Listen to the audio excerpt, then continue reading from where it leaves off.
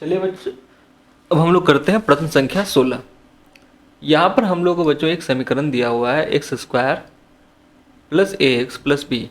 समीकरण में एक जो मूल है दूसरे मूल का 1/3 गुना है। इसका मतलब ये है बच्चों कि अगर सपोज कर लीजिए कि एक मूल अल्फ़ा है दूसरा मूल बीटा है, ठीक है।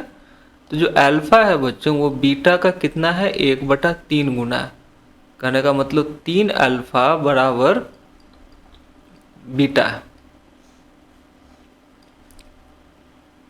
ठीक है। यहाँ से हम लोग ये बोल सकते हैं।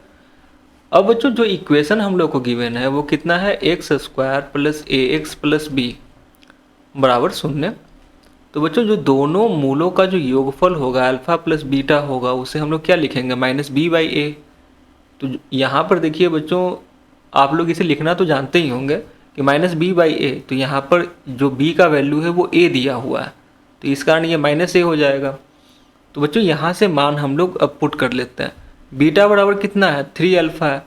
सो यहाँ हम लोग इसको जब इसका मान इसको में जब हम लोग डाल देंगे तो क्या मिल जाएगा, 4 alpha is equal to -a और alpha is equal to -a/4। इसे हम लोग याद रखेंगे। और जो बच्चों मूलों का जो गुणनफल होता है वो क्या होता है, c/a, जो कि यहाँ पर b है। फिर यहाँ पर देखिए कि बीटा बराबर क्या है, 3 अल्फ़ा।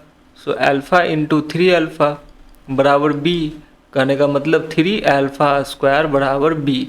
अब अल्फ़ा को जो मान है बच्चों यहाँ निकाले हैं, सो इसका मान हम लोग यहाँ पुट कर देंगे। सो ये कितना हो जाएगा, 3 अल्फ़ा कितना है, -a/4, इसका स्क्वायर बराबर b।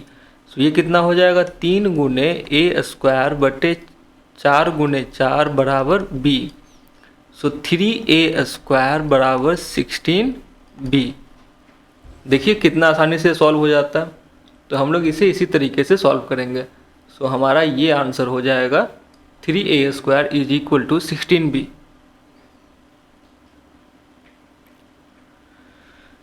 अब जो बच्चों क्वेश्चन नंबर 17 है इसे देखते हैं। एक रेखीय समीकरण है जो 2x + 3y बराबर 12 के साथ समपाती है, ठीक है। संपाती करने का मतलब ये है बच्चों कि दोनों ही जो वो समीकरण है ना वो समान अनुपात में है, ठीक है, समान अनुपात में है। तो कौन सा समीकरण हो सकता है, तो 2 में कितना से ये गुना हुआ है, 1 से गुना हुआ है, 3 में 1 से गुना हुआ है, तो 12 में भी 1 से गुना होना चाहिए। लेकिन यहाँ 12 में 1 से गुना नहीं हुआ है, 15 आ गया। सो ये इक्वेशन तो नहीं होगा। अब देखिए 2 में कितना से गुना हुआ है, तो ये 2 में गुना हुआ है कितना से, तो आप बोलेंगे कि 2 में गुना हुआ है ये 7/2 से। तो इसमें भी 7/2 से गुना होना चाहिए, तो ये भी नहीं आया, तो ये भी आंसर नहीं होगा। फिर देखिए 2 में कितना से गुना हुआ है, 4 से, तो 8। 3 में कितना से गुना होना चाहिए, 4 से, तो 12। और 12 में भी कितना से गुना होना चाहिए, 4 से। तो ये टोटल इक्वेशन में 4 से गुना हुआ है, तो ये हमारा आंसर हो जाएगा।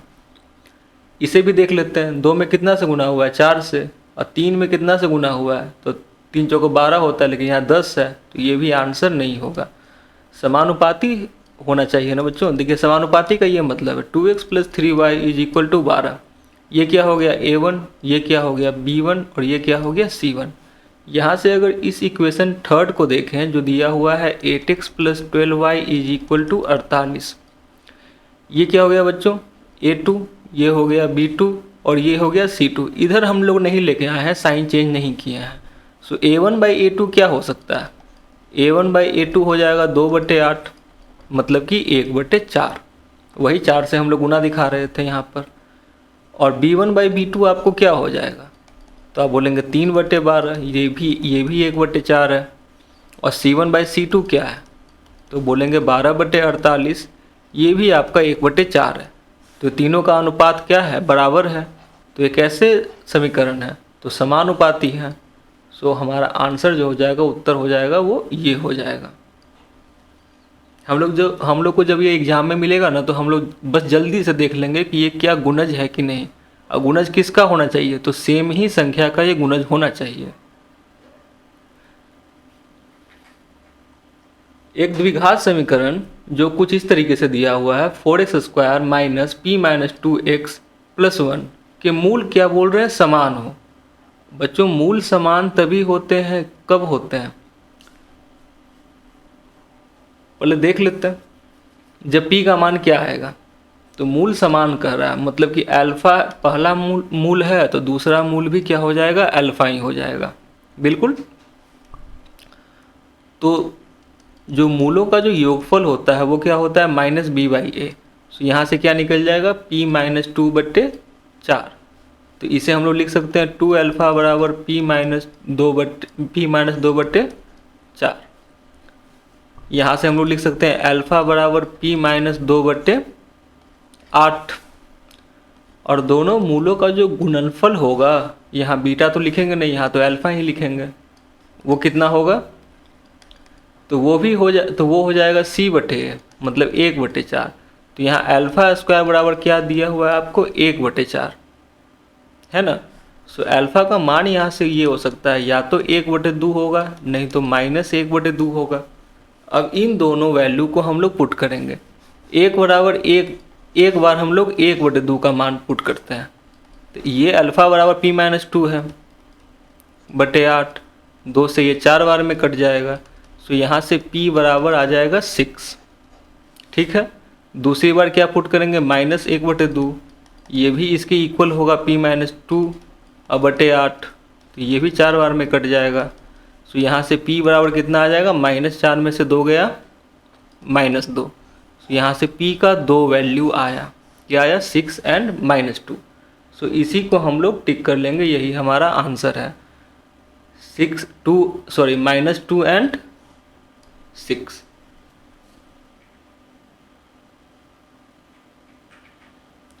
यदि p प्लस क्यू बराबर 6 हो, p प्लस क्यू कितना है बच्चों, यहाँ पर 6 दिया हुआ है और p क्यू 8 दिया हुआ है, तो p cube plus Q cube क्या होगा।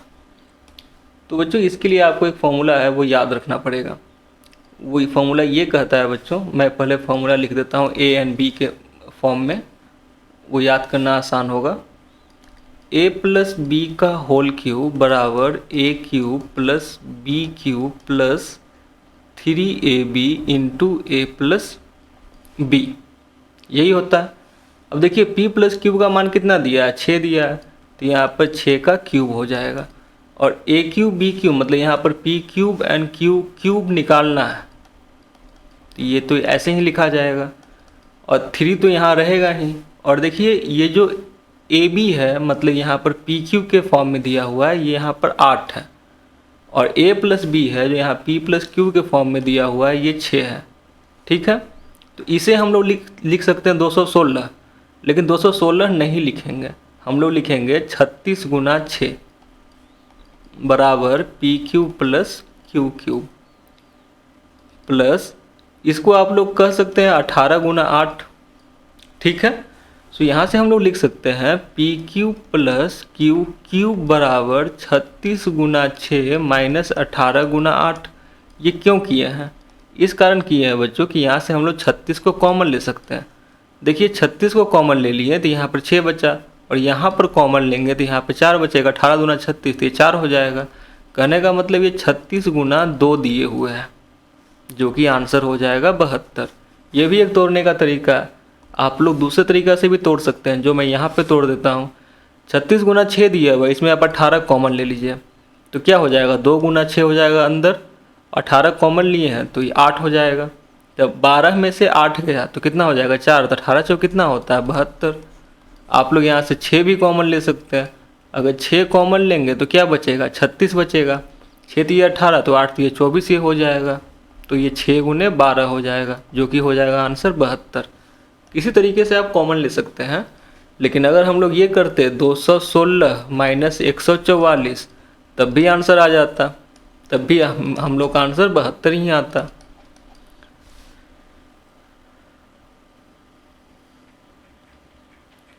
देखिए बहुत ही अच्छा सवाल है, और ऐसे सवाल आपको, इन सवालों के लिए आपको खास करके तैयार रहना पड़ेगा। यहाँ पावर कितना है, -3/4, यहाँ पावर कितना है, 3/2, और यहाँ है -3। बच्चों जब किसी भी संख्या के ऊपर a टू द पावर -3 है, इसका मतलब क्या होता है, ये 1/a टू द पावर 3 है। ठीक है, इसको समझ गए, बस इसी का उपयोग करके ये सॉल्व हो जाएगा। तो कहने का मतलब 1⁻1/3 है, इसको आप ऐसे भी लिख सकते हैं 1/a⁻3। ठीक है, कहने का मतलब हम लोग क्या किए, जस्ट प्रतिलोम कर दिए, है ना। देखिए जस्ट उल्टा कर दिए। तो यहाँ पर -3/4 है, पावर तो यही सेम का सेम रह गया, तो इसको 16/81 लिख सकते हैं। अब पावर 3/4 रह जाएगा, खाली पलट देंगे। देखिए यहाँ पर भी तो पलटे हैं, तो यहाँ भी पलटा जाएगा। देखिए कितना सिंपल ये तरीका है। तो इसको लिख देंगे 16/81। अब पावर में कितना रह जाएगा, 3/4, माइनस से हम लोग प्लस में चेंज कर लिए। अब गुना, ये हो जाएगा कितना बच्चों, 9/25। इसका पावर तो प्लस में ही है, सो हम लोग इसको नहीं छेड़ेंगे। और ये भागा है, कितना है, 5/2। अब भागा 5/2, पावर कितना है, -3। तो इसको हम लोग इस तरीके से तो लिख सकते हैं 5/2। और पावर कितना हो जाएगा, 5/2 को 2/5 में चेंज कर देते हैं, है ना। 5/2 को हम लोग क्या करते हैं, 2/5 में बदल लेते हैं, 2/5। अब भागा 3। देखिए सब के सब प्लस में हो गया। अब एक और दिमाग लगाइए। अब ये 1/4 है, क्यूब को छोड़ दीजिए, अब ये 1/4 है। 1/4 कहने का मतलब 16/81 का पावर अगर आप 1/4 करेंगे तो ये कितना आ जाएगा, 2/3 आ जाएगा, है ना। देखिए 2 × 2 × 2 × 2 ये 16 होगा, और 81 कितना होगा, 3 × 9 और 9 × 9 81, मतलब 3 के पावर 4, मतलब 2 के पावर 4 और 3 के पावर 4। इस पर आपको 1/4 का पावर दिया हुआ है, तो कहने का मतलब 2/4 × 1/4 और बट्टे 3/4 × 1/4, कहने का मतलब 2/3 होगा। इसी को हम लोग यहाँ पर डायरेक्ट लिख लिए हैं। तो यहाँ पर ये क्या हो जाएगा, 2/3।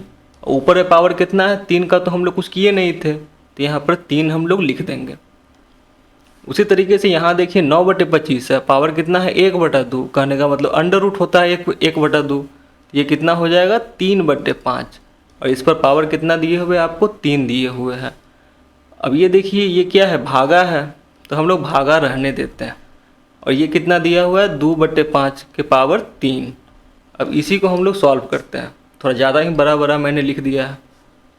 अब ये हो जाएगा बच्चों 2 × 2 × 2 बट्टे 3 × 3 × 3, और ये सब गुना में ही है, तो ये 3 × 3 × 3 हो जाएगा। और ये कितना हो जाएगा, 5 × 5 × 5। ठीक है, और ये क्या हो जाएगा, अब ये बच्चों ये भाग में है, तो भाग में है तो हम लोग इसको जब लिखेंगे तो इसके बटा में लिख सकते हैं, या नहीं तो हम लोग ऐसे लिख देते हैं 5 × 5 × 5 और बटे 2 × 2 × 2, है कि नहीं। देखिए गुना में होता तो क्या लिखा था, 2 × 2 × 2 बटे 5 × 5 × 5, लेकिन भागा में तो क्या हो जाएगा, पलट जाता है, तो पलट दिए। अब बस क्या करेंगे, बस काट लेंगे। आप लोग इसके पावर को घटा भी सकते थे, आंसर हमारा 1 आएगा। वो कैसे करेंगे, वो देखिए, वो मैं यहाँ पर आपको सिखा देता हूँ। यहाँ क्या दिया हुआ है, यहाँ दिया हुआ है आपको 2 के पावर 3, ठीक है, और नीचे क्या है, 3 के पावर 3। फिर यहाँ पे क्या है, 3 के पावर 3, और नीचे में क्या है, 5 के पावर 3। और यहाँ पर क्या दिया हुआ है, ये भाग है तो पलट लेंगे हम लोग, तो ऊपर हो जाएगा 5 के पावर 3 और नीचे हो जाएगा 2 के पावर 3। यहाँ से ये कट जाएगा, इससे ये कट जाएगा, इससे ये कट जाएगा। तो आप लोग ऐसे भी सॉल्व कर सकते हैं, ऐसे भी सॉल्व कर सकते हैं।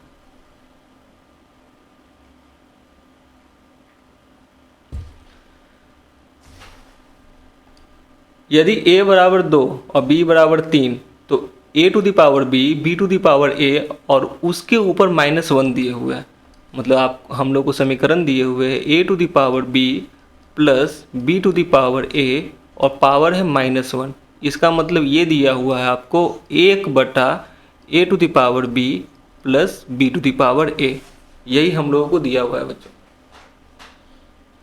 ठीक है, बस a बराबर 2 है, तो a बराबर कितना है, 2 है, b बराबर 3 है, a बराबर 2 है और b बराबर 3 है, तो यहाँ भी रख लेंगे। तो ये कितना हो जाएगा, 8 हो जाएगा, ये कितना हो जाएगा, 9 हो जाएगा। सो आंसर हमारा क्या हो जाएगा, 1/17 हो जाएगा।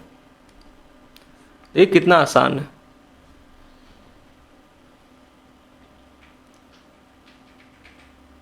एक समीकरण है बच्चों, इसमें हम लोगों को गिवन है कि एक समीकरण है इस तरीके से x square minus 5x plus 7 और एफ, अब सॉरी, जब यहाँ पे समीकरण में हम लोग दो वैल्यू रखते हैं और एक जगह -1 रखते हैं और दोनों को घटाना है, तो ऐसे सवाल तो काफ़ी इजी हैं, हम लोग पहले भी किए होंगे क्लास 10th में।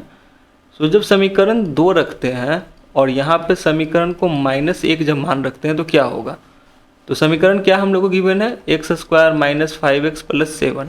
अब यहाँ पे 2 रखेंगे तो ये कितना हो जाएगा, 2 दूना 4, 5 दूना 10 और प्लस 7 माइनस, और जब यहाँ -1 रखिएगा तो एक्स स्क्वायर यहाँ देखिए तो क्या हो जाएगा, 1 हो जाएगा, -1 रखिएगा तो -1 और -5 मल्टीप्लाई होकर क्या हो जाएगा, 5 हो जाएगा, -7। इसी को सॉल्व कर लीजिए। 7 4 11, 11 में से 10 गया 1, माइनस 7 में से 6 गया तो -1। कुछ गलती कर दी है क्या, 2 रखें, 2 दूना 4, 5 दूना 10, तो 7 4 11, 11 में से 10 गया तो 1 और फिर माइनस, यहाँ पर रखना है 1 तो ये हो गया 1 और ये हो जाएगा +5 और ये हो जाएगा +7। ठीक है, +7 होगा, -7 नहीं ना होगा। तो 7 5 12 और 12 और 1 13। सो हम लोग क्या किए, 13 में से 1 गया तो 12, लेकिन कैसा 12, नेगेटिव में हो जाएगा। सो आंसर हमारा हो जाएगा -12।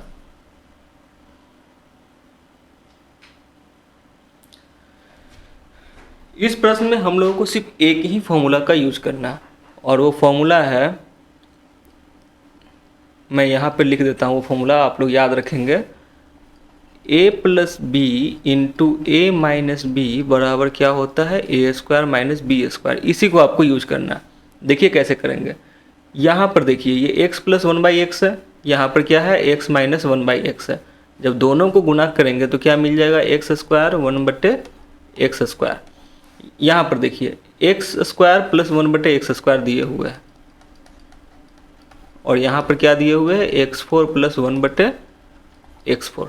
इन दोनों को जब गुणा करेंगे तो हम लोग को मिलेगा x4 माइनस 1/x4। ठीक है, और ये हो जाएगा x4 प्लस 1/x4। अब जब इन दोनों को गुणा करेंगे तो हम लोग को मिलेगा x4 माइनस 1/x8। सो यही इसी फॉर्मूला का इस्तेमाल करके हम लोग ये ले आए हैं। सो हमारा आंसर हो जाएगा ये बी हो जाएगा हमारा आंसर। खैर, अब चलिए, दो संख्याओं का योग है वो 161 है। यदि उन संख्याओं में से एक संख्या दूसरी संख्या से 30% अधिक है, मान लीजिए कि a प्लस बी है, वो कितना आपको दिया हुआ है, 161 दिया हुआ है। अब एक संख्या है दूसरी संख्या से, देखिए यहाँ a है और यहाँ मान लेते हैं b है। तो पहली संख्या जो है बच्चों a है, वो दूसरी संख्या से कितना है, दूसरी संख्या से 30% अधिक है। तो क्या बोल देंगे, a प्लस a का 30%। देखिए दोनों को घटाएंगे तो कितना आएगा, सिर्फ 30% आएगा ना। हम लोग मान लिए यहाँ पर कि b ज़्यादा है, b बड़ा है, b is greater than a मान लिए हैं। तो ये जो बच्चों यहाँ पर इतना लंबा लिखे हैं, इसको हम शॉर्ट में भी लिख सकते हैं a, और ये हो जाएगा 130% ऑफ a। ठीक है, या इसे और भी छोटा करके हम लोग लिख सकते हैं a, और ये हो जाएगा 1.3a b का मान। देखें हम लोग किस तरीके से सोचते हैं, इसी तरीके से हम लोग एग्जाम में सोचेंगे। 1.3a, अभी दोनों का आपको सम दिया हुआ है 161, तो यहाँ पे जोड़ लेंगे तो क्या हो जाएगा, 2.3a बराबर 161। ठीक है, अब ये बच्चों 7 बार में कट जाएगा, ये वाला पॉइंट है यहाँ जाकर चला आएगा। सो a बराबर आपको मिल गया 70।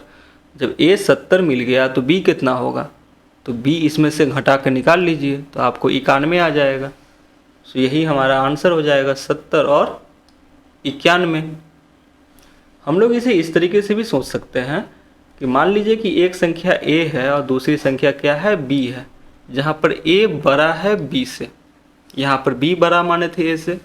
मान लेते हैं कि b जो संख्या है वो b है और a जो है वो b का 30% है और साथ में b जुट भी जाएगा।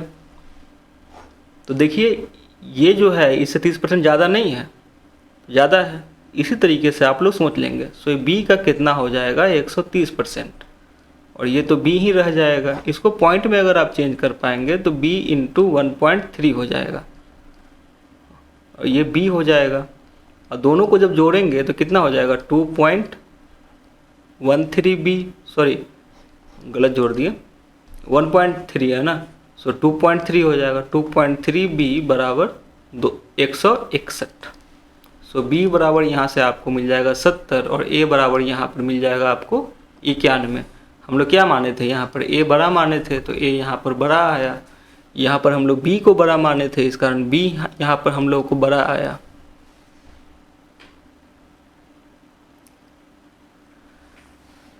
प्रथम 20 विषम प्राकृतिक संख्याओं का योगफल क्या होगा। तो बच्चों इसको बनाने के लिए आप लोग इस तरीके से सोचिए कि प्रथम 20 प्राकृतिक संख्या अगर आपको दिया है तो और वो भी कैसा विषम है, तो एक से लेकर आप सब सारी संख्याओं को लिख दीजिए और उनका योगफल निकाल लीजिए। तो हम लोग इस तरीके से कर सकते हैं, लेकिन हम लोग इस तरीके से नहीं करेंगे। हम लोग यहाँ पर अगर हम लोग एपी पढ़े हैं, समानांतर श्रेणी पढ़े हैं, तो हम लोग उसका इस्तेमाल करेंगे। देखिए उसका इस्तेमाल कैसे करते हैं। क्या बच्चों बोला जा रहा है कि प्रथम 20 प्राकृतिक संख्या है। हम लोग को तो पता नहीं है कि 20वां संख्या क्या होगा, लेकिन चलिए निकालते हैं। पहला संख्या क्या है, ए है। जो कॉमन डिफरेंस है, जो दो टर्म के बीच का दूरी है, वो कितना है, 2 है। नंबर ऑफ टर्म्स कितने हम लोग को दिए हुए हैं, तो 20 दिए हुए हैं। ठीक है, इतना हम लोग को पता है। तो 20वां संख्या क्या आपको मिल जाएगा, तो आप लिखेंगे a plus n minus 1 into d, यही 20वां संख्या मिल जाएगा। So a plus n minus 1 19, 19 दूना 38, करने का मतलब 20वां संख्या आपको मिल गया 39। बस ये मिल गया। अब बच्चों इन संख्याओं का जोड़ के लिए फॉर्मूला होता है n/2 और a प्लस एल, एल मतलब अंतिम पद। तो n/2 कितना हो जाएगा, 20/2 हो जाएगा। मैं लिख ही देता हूँ, 20/2 हो जाएगा। और ये यहाँ कितना हो जाएगा, ये यहाँ 40 हो जाएगा। ये 10 बार में कट जाएगा, तो हम लोग को जो जोड़ आएगा वो कितना आ जाएगा, 400 आ जाएगा। सो बच्चों आप लोग ये फॉर्मूला याद रखिएगा, ये एपी का फॉर्मूला है। कभी भी हम लोग ये नहीं करेंगे कि n इंटू एन प्लस 1/2, ऐसे फॉर्मूला का हम लोग कभी इस्तेमाल नहीं करते हैं। हम लोग हमेशा तरीके से बनाएंगे। और ये समेशन का फॉर्मूला है, योग का फॉर्मूला है। ये इस तरीके से लिखा जाता है n/2 a plus n minus 1 into D. इसी को हम लोग इस तरीके से लिखते हैं n/2 into 2a plus n minus 1 into D. इसी को इस तरीके से लिखते हैं n/2 into a plus L. देखिए ये जो टर्म है ये अंतिम पद है, अंतिम पद को हम लोग एल से दिखा देते हैं। तो ये सारे फॉर्मूले आपको याद होने चाहिए, ये सारे फॉर्मूले बच्चों आपको याद होने चाहिए। ये फॉर्मूला भी और ये फॉर्मूला भी आपको याद होना चाहिए, क्योंकि इससे सवाल आपको एग्जामिनेशन में आएगा ही आएगा।